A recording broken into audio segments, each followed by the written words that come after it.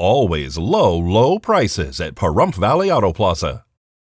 Mere minutes after the ceasefire agreement between Hamas and Israel ended, Israeli airstrikes bombarded buildings across the Gaza Strip, which resulted in the death of dozens. According to reports, Israel accused Hamas of violating the truce, while the opposite side states that Israel is to blame. However, a senior Hamas official, Osama Hamdan, stated that the terrorist organization was willing to swap more hostages for Palestinians that are imprisoned by Israel. However, according to reports, he rejected the demands to free any female Israeli soldiers. And according to Israel, Hamas violated the agreement by declining to free any more hostages. Mediating nation Qatar has stated that efforts are still ongoing to renew the truce, which saw the release of over 100 hostages. However, Israel has reported that 137 hostages are still being held captive. 115 of those hostages are men, 20 being women, and 2 being children. The immediate resumption of the war has garnered criticism from the United Nations High Commissioner for Human Rights, Volker Turk, who stated that the war is already beyond a crisis point. He continued stating that even more Palestinians are now at risk for either being killed or being forcibly displaced to already severely overcrowded and unsanitary parts of Gaza. The World Health Organization chimed in as well, stating that the Gaza Strip can't afford losing any more of its already struggling hospital capacity. Currently, only 18 of the 36 hospitals in Gaza are partially functional, some only barely functioning, according to Dr. Rick Peeperkorn, the WHO representative for the Palestinian territories. He was quoted stating that,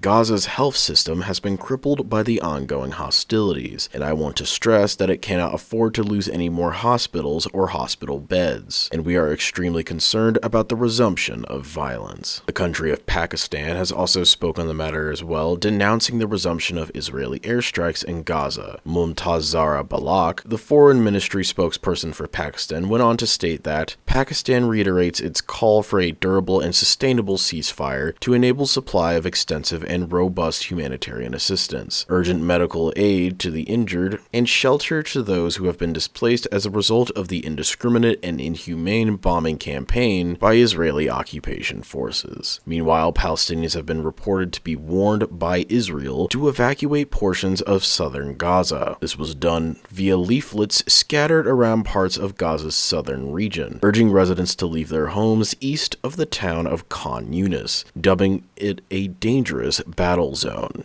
However, many of those who fled northern Gaza found refuge in Khan Yunis as well as other cities in the south. Now that the war has resumed, it's anybody's guess as to how many casualties will surface.